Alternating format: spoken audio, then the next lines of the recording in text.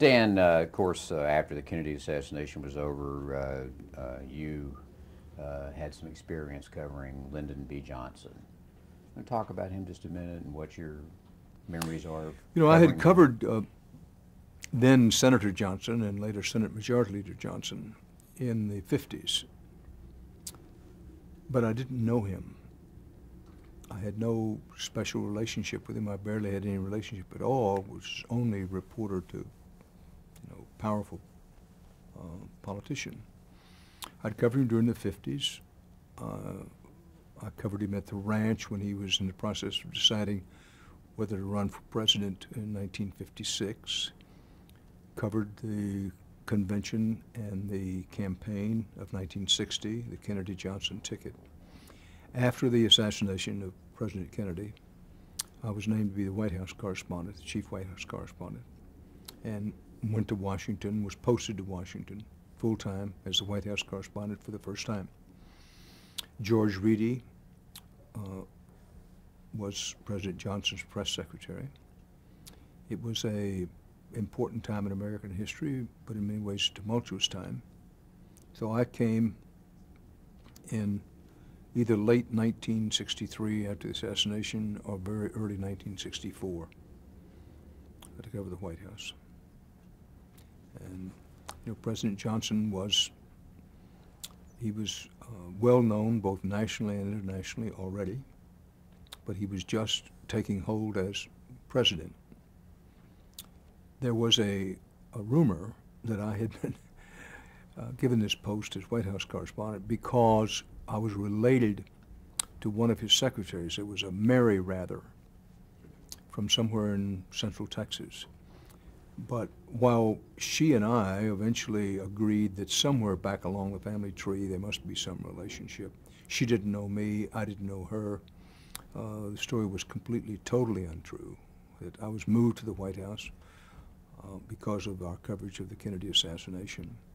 Somewhere in the bowels of CBS or in the what we call Mahogany Row, which is the leadership of the company, somebody might have thought, well, he's a Texan and he either knows President Johnson or President Johnson has a preference for Texans. That might have been somewhere in the mix. I couldn't and wouldn't deny that, but I knew none of that. What I was told is, on the basis of your coverage for us of the Kennedy assassination, we're moving into the White House. And I went happily so. It was your coverage of the Kennedy assassination that helped them make that decision. Right, I think that was the decision maker for it. The same way that Hurricane Carla was the decision maker for my coming to CBS News, right. That the Kennedy assassination coverage, together with the coverage of the civil rights, they just said, we're going to move into the White House, and they did. Well, as you know, Lady Bird Johnson, of course, owned a CBS television station in Austin. That's right. And over the years have been a lot of sort of comments about that they thought that, from some people, that CBS favored Johnson's in their coverage of him because of this, because of the highest levels of CBS. Well, this connection, in other words, between his company and CBS. Yeah. Well, some people somewhere are always going to say something. I knew none of that. I barely knew that Lady Bird Johnson owned the station in Austin. I didn't know it. Neil Speltz, who was at the University of Texas when he first began working at the station, I knew Bill Moyers not particularly well, but I had no special relationship with President Johnson. The fact that he owned the television station in Austin, I was to learn later, gave him a special relationship with Frank Stanton. Frank Stanton was the second man down under William S. Paley at CBS, over CBS News. And that, as I believe the story to have been, that Frank Stanton recommended to a young congressman, Lyndon Johnson, that he buy the station in Austin, which he did, the television station, and it became a CBS affiliate. But widely believed it may not be, but true it is, it had nothing to do with our coverage of the White House. I didn't even know that Stanton had a special relationship with him. Stanton did have a special relationship with President Johnson. I had almost no relationship with Frank Stanton, and practically no relationship with Lyndon Johnson when I came to the White House. I was green as money. I didn't have any, but I was as green as money. Well, then how, just characterize the Johnson White House working in press conferences there. Were they hard to deal with? They try to, you know. Well, President Johnson was the most accessible president that we had had to that time in terms of electronic journalism. I think he probably still stands as most accessible, and some of the people who were around him at the time looking back on it think he was too accessible. But President Johnson didn't know much about television.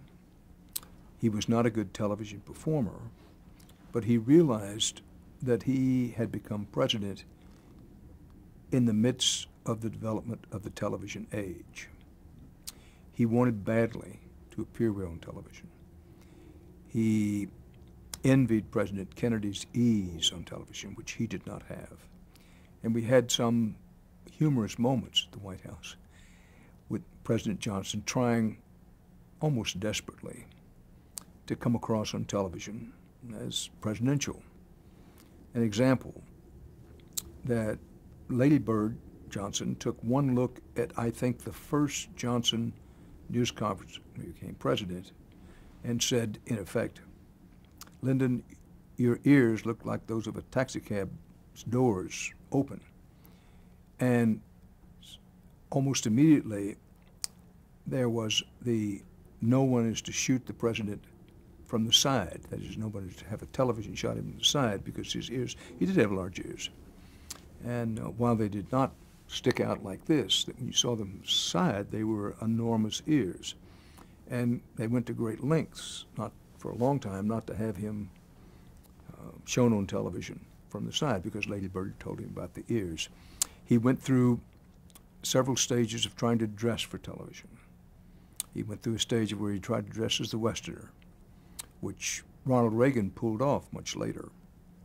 Cowboy hat, cowboy look all the way around.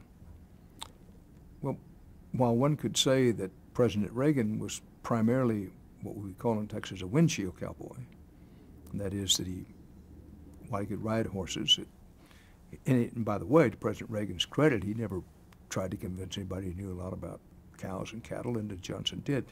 But with Lyndon Johnson, his efforts to come across as the Westerner, sort of a John Wayne character, fell flat. He just sort of looked too country and too hokey, if you will. So he morphed from that into trying to look like the businessman president. He went through a period where he had what was popular among businessmen in those days, a collar sort of drawn up here. Sometimes they had a piece of jewelry that would pull it up. A tight collar and a businessman look. So we went from, I'm not sure it was in this order, from Lyndon Johnson trying to appear as the star of a Western movie as president, to trying to be the businessman president, to trying to be the teacher president. He had been a teacher, Lyndon Johnson. By the way, a very good teacher, excellent teacher, and trying to be the educator president. He went through all of these things. None of them worked. On television, he was somewhere between not very good and a disaster. And he knew it, and he hated it. How did you get from the White House, covering the White House beat, to winding up in Vietnam? Well, I was a White House correspondent. I'd say I came in either very late 1963 or early 1964. 64 was an election year.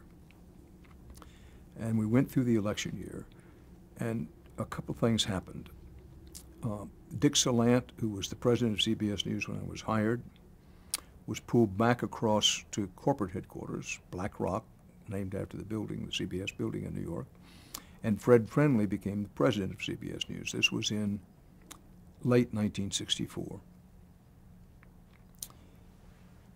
Fred Friendly, and I think rightly so, wanted more of his higher paid, higher profile stars to get them more airtime. And one of the ones that he wanted to get more airtime was Harry Reasoner, excellent writer, and for a long time was seen as the probable successor to Walter Cronkite. One reason that Walter Cronkite did not do all of the Kennedy assassination coverage is because the powers that be wanted to start bringing along Harry Reasoner. So they took Cronkite off of some of the Kennedy assassination coverage and put Harry Reasoner in. So now we rack forward in 1964. They're still trying to develop Harry Reasoner as, quote, big-time talent. We had gone through the 64 campaign year, and NBC was still in primacy for news, particularly evening news, having wrested that from CBS News sometime in the late 50s. And NBC, a big part of their jump ahead, their leap forward, was the chemistry between Huntley and Brinkley and their ability, particularly at political conventions. In the middle of 1964, Walter Cronkite covered the Republican nominating convention.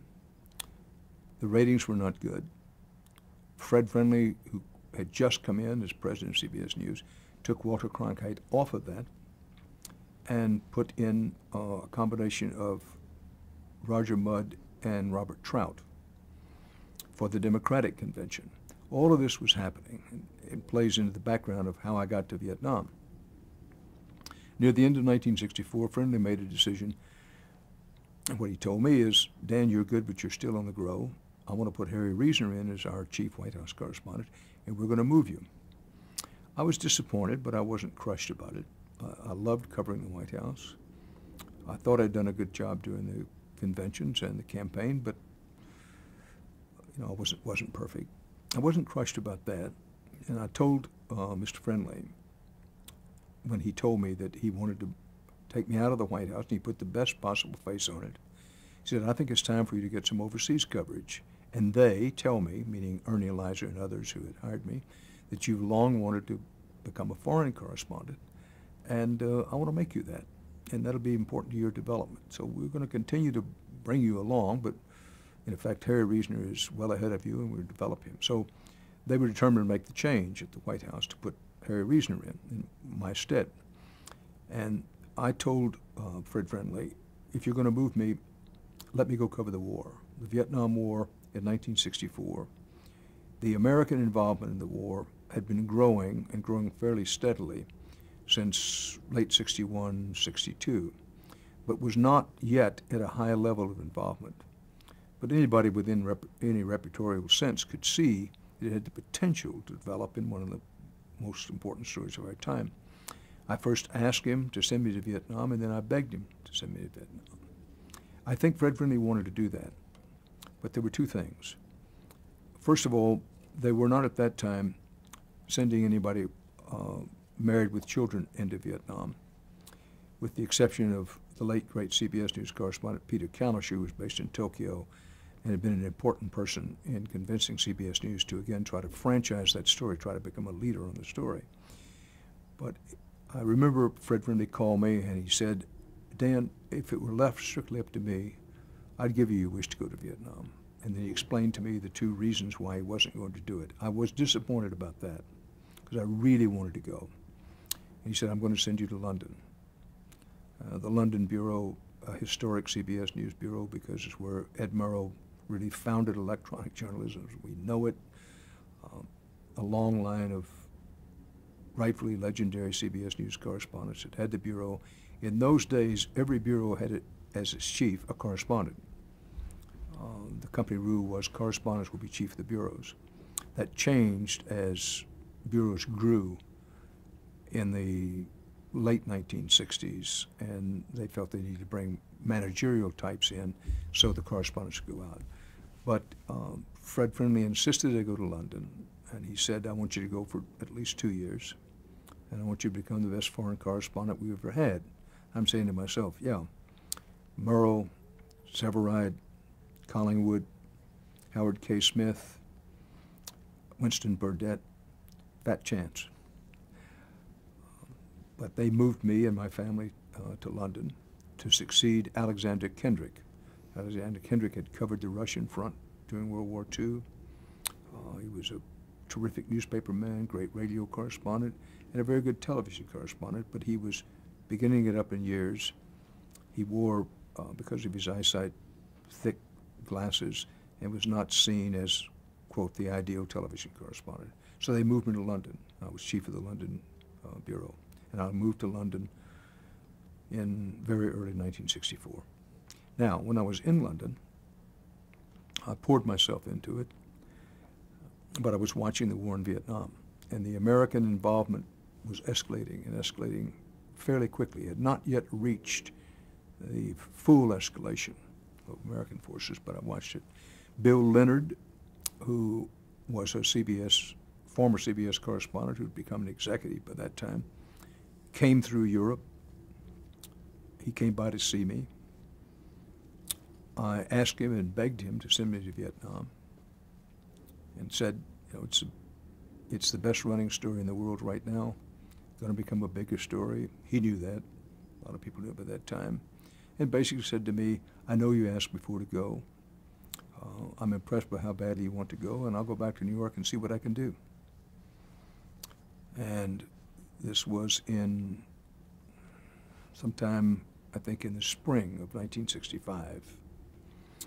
Out of London, what was happening with television and television news is where previously bureau chiefs in London, Paris, Rome, Tokyo were expected to sink themselves deep into the culture, politics of that country and become an expert on the country where you was. The advent of jet planes, videotape, and the emergence of satellites changed what a foreign correspondent could do and was required to do. So from almost the first moment I got to London, I spent my life flying from one place to another in the back of an airplane. And I covered the revolution against the monarchy in Greece, for example, and the India-Pakistan War of 1965 broke out in mid-year, and I went to cover that. Great experience for me and part of the making of me as a correspondent. All the while Leonard is saying, I was no longer a kid, but to him, this kid rather wants to go to Vietnam. The story's growing. At that time, CBS was sending people for short tours in Vietnam. Peter Kalish out of Tokyo would go for somewhat elongated tours, and then they would send younger correspondents, all single, to Vietnam, but they were running out of people. So when I came off of the India-Pakistan War in September, early October of 1965, Bill Leonard called me. I don't think he was a vice president by that time, but he was in management. And he says, I have good news for you. It wouldn't be such good news for other people, but if you still want to go to Vietnam, I think you're going to get your chance. And I did. And I was sent to Vietnam to relieve Morley Safer. Morley Safer had been in Vietnam for a few months. I don't remember how long. As I say, they had about a 3-month turnover at that time. So I went to Vietnam, and I was excited to go. It was a big move for me. My kids had started school in England, in English schools, and we had really just sort of established ourselves there. And I thought that I was going for maybe 2.5 or 3 months. That was the tour. But coinciding with the time I got there, the number of American troops being sent was escalating rapidly, and the war was spreading and escalating rapidly. So I stayed in Vietnam the better part of the next year. I came home once, came to London in the spring to cover the British election of 1966. But from the latter part, from roughly my birthday, I think the October 31st, 1965, until at least September of 1966, I was in Vietnam. I was a bureau chief there. Well, I want to ask you a couple things about Vietnam in just a second, but I'm going to back up just a minute. You made a comment just then that the India-Pakistan War, the coverage that you were involved in over that wall, in many ways made you as a foreign, if I heard you correctly. Yeah, well, just explain I did that. say that. Maybe I overstated it, but I had covered wars, revolutions, revolts, head-knocking nastiness in places like Guatemala and Greece, but I'd never seen, other than on a movie screen, full-scale ground combat before. And it was an important part of making me as a foreign correspondent, such as I was, because it added that I went into the western part of India, spent some time with Gurkhas, who are, Nepalese shock troops, watched Indian and Pakistani forces clash on the ground, in the air, tank artillery support. It was like all those scenes that I had seen in newsreels from World War II. It was the first time I had seen it. And to say the least, it made a deep impression on me. I stayed with a Sikh family in Amritsar, across the India-Pakistan border from the Pakistan city of Lahore. There was talk of the Chinese possibly invading India. They had massed troops to invade. So I went high in the Himalayas to what was then the country of Sikkim, and to the capital of Gangtok, went to 17,500 feet to cover Indian troops. It was it's always difficult to say about a war. It was a marvelous experience for me.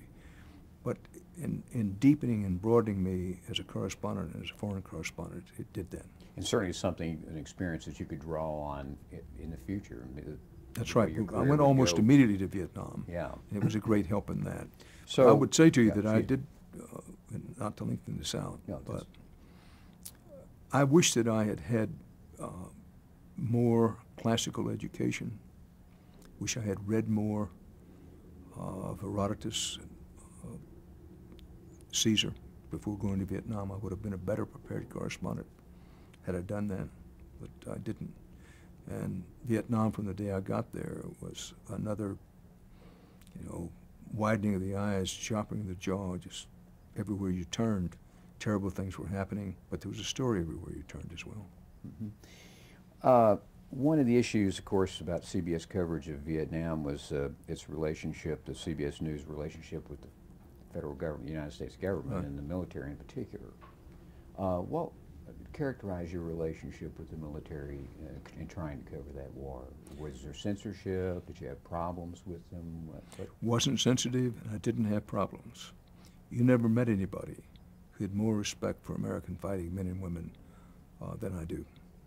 And I went with that. I had no opinions about the war other than it was a big, still developing, important story. I never had any difficulty with the military in Vietnam, particularly with anybody below field grade or below, basically majors and below. Captains and sergeants, who are the people who make any army go or not go, were honest, straightforward, sometimes brutally honest and straightforward. I didn't go with any agenda. I had no agenda while I was there, and I had no agenda when I came out, except to put on American television screens the war as it was, as opposed to how some people were trying to convince people it was. To do that, one had to go into the field. With television, you have to have the pictures. You can't sit around Saigon and listen to the briefings. You have to go out. I saw a good deal of Vietnam, from deep down, far down in the Delta, up to the DMZ itself, from the coastline in places like Da Nang, over to the Ho Chi Minh Trail, outside of Vietnam into Laos, and I saw a lot of the war. And increasingly, the more of the war I saw, what was being said in Washington about what was happening in the war did not match the facts on the ground. And CBS led in coverage of the Vietnam War. That's a fact. All you have to do is go back to the archives and take a look at it. In the same way that Ernie Leiser and others at CBS News took the civil rights story and said it's a big, important story, and it's a story we want to jump all over, we want to swarm it, we want to franchise it as a signature coverage for CBS News. They did the same with the Vietnam War. That we led, because we led in the coverage, and because our coverage, including my own, without saying so, and I don't ever remember saying so, you just put it up on the screen, what people saw on the screen, what you went out on patrol and covered the war as it was in that green jungle hell What you had was real mud, real blood, real screams of the wounded and moans of the dying. And that corresponded with the increase in casualties beginning to come home in the period 65, 66, because we had so many more troops committed, that it wasn't television that got ordinary Americans, real people all over the country, asking questions about the war. I think it was a combination of the television coverage, and yes, primarily CBS News coverage, who were leading in the coverage. But when Johnny down the street, who 2 years ago was the star quarterback of the football team, or Jimmy from 3 streets over, who was the point guard of the basketball team a year and a half ago, started coming back without their limbs, without their eyes, or coming back in flag-draped coffins, that's when people began to ask questions about the war. Now, those who believed in the war for whatever reason, and particularly those with a partisan, political, or ideological agenda, many of them, yea, most of them at that time, Democrats, say, and supporters of Lyndon Johnson and the war effort, they began to say, you know, the war is really going well. It's just those press people, like Dan Rather and Morley Safer and other people, they are accentuating the positive and the negative. They're accentuating the negative and, quote, turning the country against the war. Bull feathers. Was and is. That we tried our best to tell it as it was. Here's your war. Said to be the first television war in terms of extensive television coverage. It was. But that meant we went out where the work was. We went out where the work was being fought. And we first filmed and then in later years videotaped. I went back to Vietnam, I think, another 3, maybe 4 times after the better part of a year that I'd covered. So President Johnson, I don't think, when I say ever, I never heard him blame the press for the war. And you know that the U.S. Army's own analysis of what happened in the war was that it wasn't the press, it was a lack of strategy. But that was the situation, and it got worse as time went along. That what we were faced with as reporters, you know, if it needs to be said, let's have it said. If my country's at war, I want my country to win. Whatever the definition of win is. One of the problems with Vietnam, never had a definition of what win was or would be. Never had a definition of, well, when does this end? How does it end? What's the strategy? Didn't have it. Our problem as reporters, let me just speak for myself, but I know this is widely shared by reporters. You couldn't be with these young men and women, they were mostly men at that time, who were in this incredibly lethal environment, 12,500 miles from home, and see what they were going through, and seeing what the reality was on the ground, and then hear people in Washington who'd never been there, or if they had been there, they'd been there only an official sort of come take a look for a few days, describe a war that did not exist. So as a reporter, what I was going through, and again, I think others were, but I'll speak only for myself, was you hear these things out in Washington, you say, you know, I'm here. I'm hitchhiking around the country. A reporter in Vietnam was basically a hitchhiker, televisions, convoys. I'm here. I see it. I know what the situation is here. And to hear this being said in Washington about how well things are going, you know, you just ache to say, come out here, spend some time, come with me. Let me take you to this Marine unit in I Corps. Let me take you with this 1st Division down near Vung Tau and show you the real war. So there became a clash, if you will, between those who knew what the war was, what it really was, and who in effect were saying on television tonight, here is your war, for better or for worse, know what it is, and those who were trying to convince the American people, look, don't listen to those guys, that they have a negative slant, they have their own agenda, they're anti-American, what have you. The captains and the sergeants knew better. We need to change Sure. videotape here. I hate to No,